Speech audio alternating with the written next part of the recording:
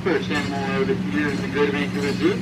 These are Rothschild's giraffe, and these guys are the tallest land mammals on the planet, capable of reaching heights about 20 feet, which is how they've earned that nickname as the Rothschilds of the savannah.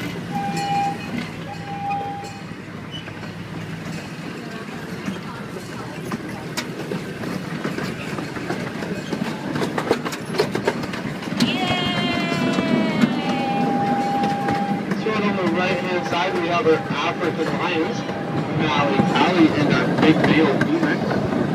These guys are very special species. Like that is like the only ones on the planet that live in true social groups called a pride. So those prides would consist of a group of closely related females and then one or two completely unrelated males that would form what would be called a coalition. But typically you would only find one male per pride. Now on the right hand side, we have our friends, our Siberian tigers. And the closest enclosure to us are our two juveniles, Hannah and Annie.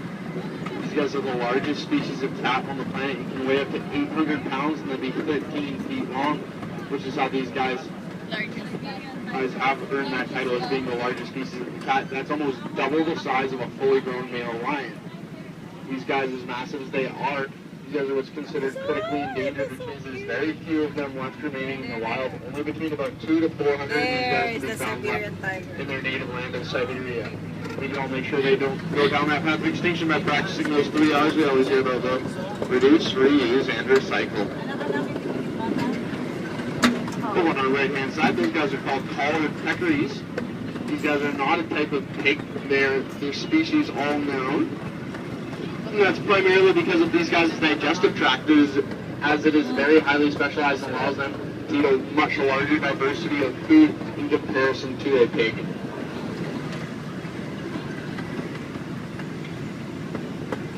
So if you look through on the right-hand side, you'll see some of our pink flamingos. We're probably not going to be able to see them as we come through on the other side of the enclosure. Oh my gosh! Right up here, you can see them lying in the grass. This is what's called a guanaco. These guys are not llamas. They are closely related to them. And just like llamas, they do like to spit. These guys, though, however, can also spit out through about a half a gallon of regurgitated food every single day. If that wasn't bad enough, they can also hit a moving target from about 6 to 8 feet away.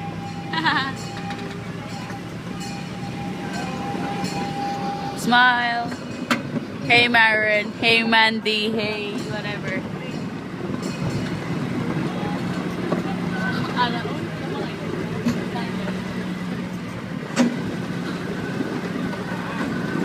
Oh, we're going to the tunnel now.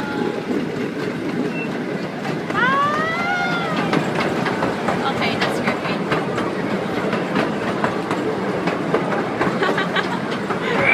Oh, don't scare me. Oh my god.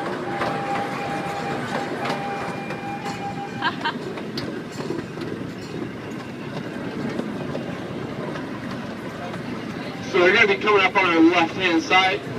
These guys are our Roosevelt elk, Honcho, Poncho, and Tamo.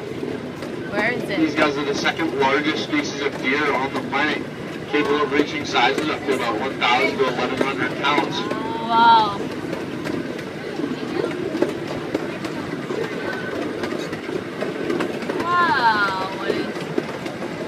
Wow. Check that out. Right here over on our right hand side, these guys are two common hippopotamus, Haven and Hazina. These guys are the third largest land mammal on the planet and weigh up to about 7,000 pounds.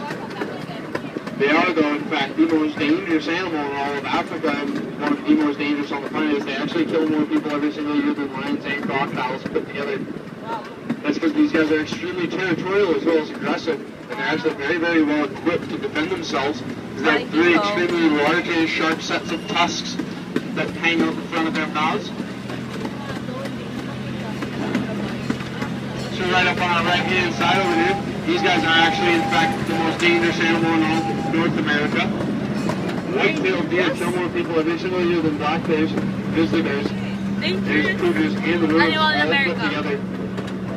As these guys do cause a tremendous tremendous amount of accidents throughout the entire year, causing people to veer off the sides of roads and cliffs. As well as during rut season, the males become very, very aggressive, especially towards people, as this is during the time period where they would fight with one another to be able to breed with the females.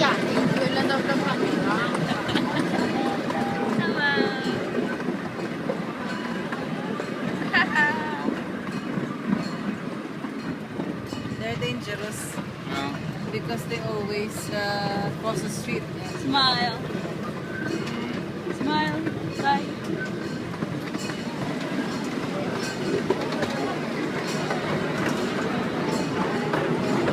Oh my god. Okay, this is okay. This is high.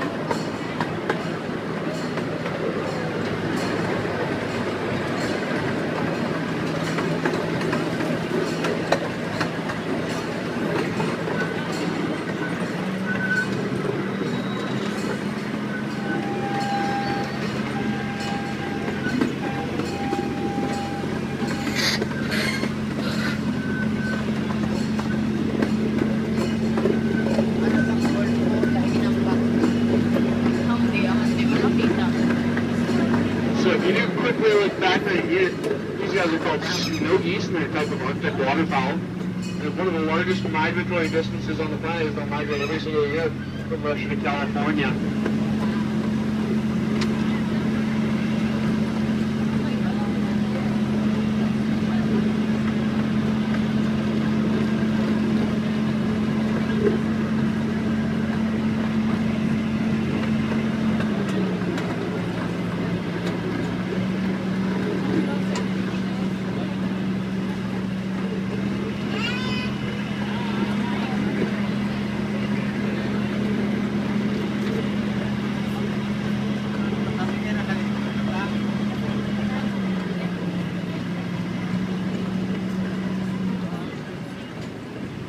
So right up here along the fence line, this guy is what's called an emu.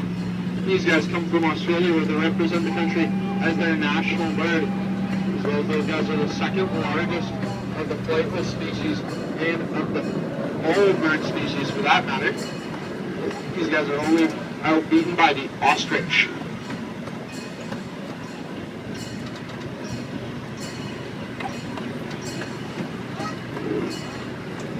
So right down here we have what's called a mute swan. They're not actually mutes though, like their name says. They are still vocal animals, just not nearly as much as other species of swan. This guy right here is what's called a dromedary or a one-humped camel. So these guys come from Central Africa, where they actually have been domesticated for thousands of years. Camels are much smarter than horses and are actually very capable of remembering almost every single place they've ever gone in their lives, especially water sources. As well as those guys don't actually store water in those humps, they store fat, which allows them to go up to a month without food and a week without water.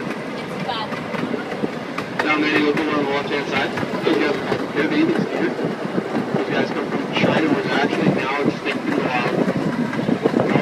They are very rarely found in parks, preserves, and zoos, so we're quite lucky here to have them at the Greater Vancouver Zoo.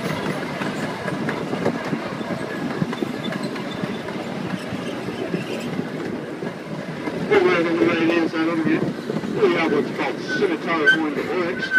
These guys come from the Chad region of Africa, where they actually were thought to be extinct in the early 2000s, but recent conservation efforts have helped these guys to be brought back. Their numbers are doing much better for themselves in the wild, as they have also been reintroduced back into the wild. Over on the left over there, those guys are a great zebra. These guys are very, very iconic for those beautiful stripes of theirs, which they use for a number of things. Things such as identification between one another, radiation to help them stay cool, as well as a defense mechanism called disruptive coloration.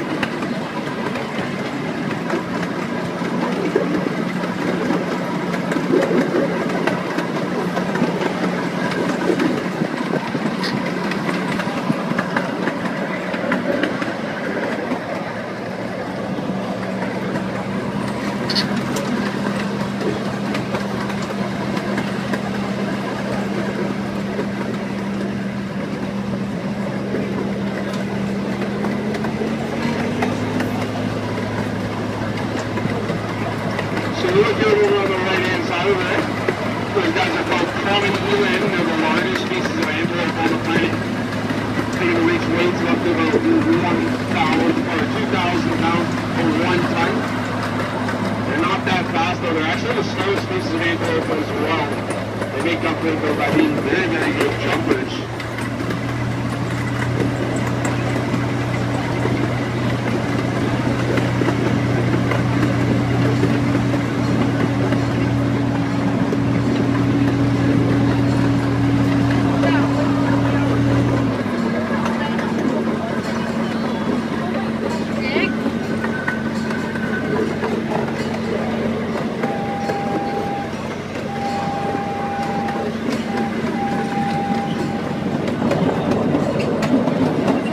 So on behalf of myself and all the rest of us here at the Greater Vancouver Zoo, I'd like to thank you all today for coming out and joining us, taking the time to learn about these beautiful animals and how we can work to protect and preserve these guys so that future generations can come along to love and appreciate them all, just as we have today. Bye-bye. If you guys have any questions about any of the animals that we've seen here at the Greater Vancouver Zoo today, make sure to come up and ask. I'd be more than happy to answer anything you all may be wondering about. The end. Bye.